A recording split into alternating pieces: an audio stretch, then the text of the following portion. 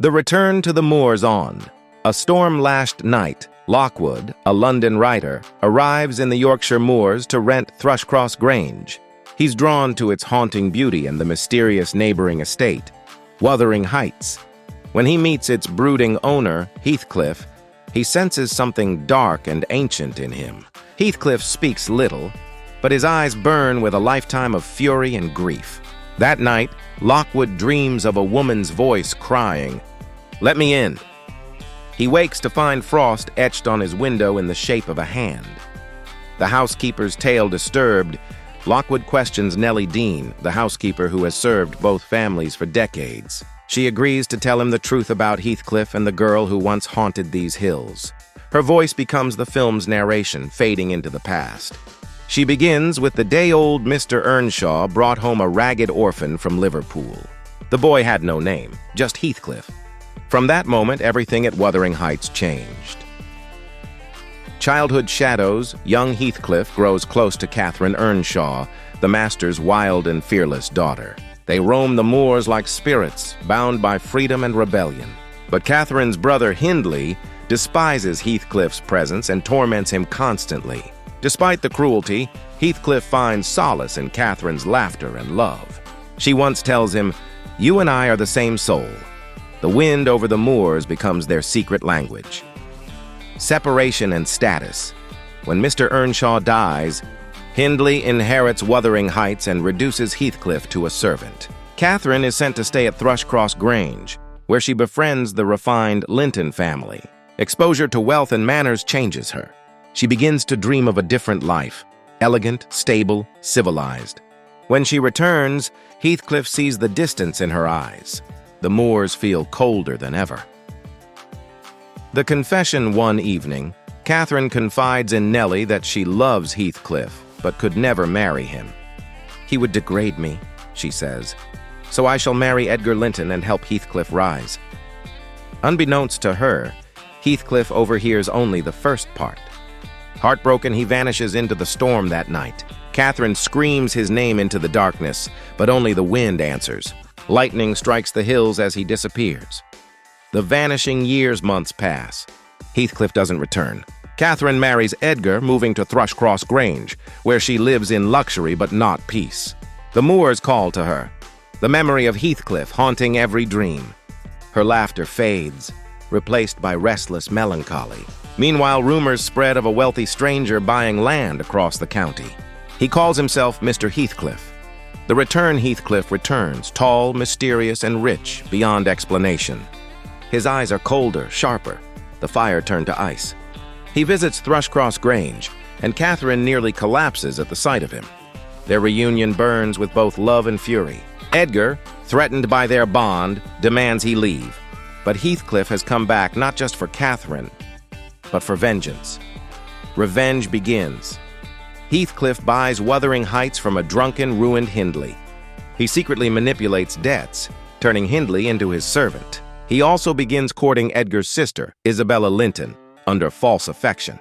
Catherine pleads with him to stop, realizing he's consumed by hatred. But Heathcliff replies, "You broke my heart, and so I break everything you love." His cruelty becomes his armor. Isabella's fall. Heathcliff marries Isabella, but their union quickly turns violent. She discovers his obsession with Catherine and flees the heights bruised and terrified. Catherine, sickened by what he's become, falls gravely ill. Her fever blurs the line between life and death. When Heathcliff sneaks into her room, their confrontation is both brutal and tender. They cling to each other, whispering, "We are one soul." The death of Catherine gives birth to a daughter, Cathy Linton, but dies soon after. Her last words are to Heathcliff, "Don't leave me in the dark alone." He rages against the heavens, begging her ghost to haunt him. He smashes his head against a tree in despair. From that night onward, strange things happen at Wuthering Heights. Whispers, footsteps, shadows in mirrors.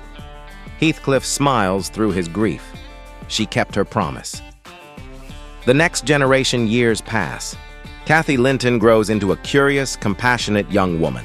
She's drawn to the desolate Wuthering Heights despite her father Edgar's warnings. There she meets Linton Heathcliff. Heathcliff's sickly son with Isabella. Heathcliff sees in her a chance to continue his twisted plan, merging both bloodlines. Cathy, unaware of his schemes, pities the fragile boy. History begins to repeat itself. The puppet master Heathcliff forces Linton to court Cathy under threat of punishment. He dreams of owning both estates, Grange and Heights, as revenge against all who wronged him. Cathy's kindness begins to soften Linton, but his health worsens. Heathcliff watches them with a mixture of hatred and sorrow. Every time he looks at Cathy, he sees her mother's ghost. He whispers, "You've come back to torment me again." Captive hearts, when Edgar falls ill, Heathcliff tricks Cathy into visiting the Heights and refuses to let her leave. She's trapped between the dying Linton and Heathcliff's obsessions. Storms rage for days, cutting off all escape. Cathy begs for mercy, reminding Heathcliff that love cannot be owned. But he replies, "Love owns me, body and soul." Linton dies that night, leaving Cathy broken but unbowed. The hollow man with both estates now under his control. Heathcliff achieves his revenge but feels no triumph. He wanders the moors at night speaking to Catherine's ghost. He stops eating, sleeping, or caring for anything earthly. Nellie watches him with pity. He looks like a man already dead. Cathy begins to see flickers of warmth beneath his madness. The past refuses to die. It only fades and returns. The haunting intensifies, doors slam without cause. Candles extinguish on their own. Cathy hears whispers echoing through the halls. Heathcliff. He believes Catherine is calling him back to her. One night, he follows the voice across the moors in the middle of a storm. Nellie and Cathy chase after him but lose sight in the fog. The next morning, he's found at Catherine's grave, smiling, lifeless, the legacy of love and madness. They bury Heathcliff beside Catherine, fulfilling his final wish. Locals claim the moors have grown calmer since his death. But on some nights, travelers hear two voices laughing in the wind. Lockwood listens to Nellie's tale, shaken to his core. He wonders if love that defies death is a curse or a miracle. Nellie answers softly, "It's both." Lockwood's vision. As Lockwood prepares to leave the Grange, he walks past the Heights one last time. Mist rolls over the moors, forming ghostly silhouettes. He swears he sees Heathcliff and Catherine walking hand in hand across the ridge. Their figures fade as dawn breaks. For the first time, the moors feel peaceful. He leaves the valley forever changed. A new generation. Years later, Cathy inherits Thrushcross Grange. She marries Hareton Earnshaw, Hindley's reformed son, who was once raised cruelly by Heathcliff. Together, they rebuild both estates, uniting the fractured families. The curse of hatred finally begins to lift. Cathy reads her mother's old journal, realizing the depth of her tragedy. She plants wildflowers by her parents' graves. The whisper on the wind on the anniversary of Catherine's death. Cathy visits Wuthering Heights alone. A gust of wind blows through the empty house, scattering dust and petals. For a moment, she feels a warmth brush her cheek, like a kiss. Outside, two figures stand in the fog before dissolving into light. The moors echo faint laughter, soft and distant. Cathy smiles. They've finally found peace. Epilogue, post-credits, scene Lockwood, now an old man, narrates his final thoughts. Some loves destroy, others endure. But the rarest kind transcends time itself. The camera drifts across the moors at sunset. Two shadows, indistinguishable, eternal, walk side by side beneath the crimson sky. A soft wind carries Catherine's voice. "I am Heathcliff."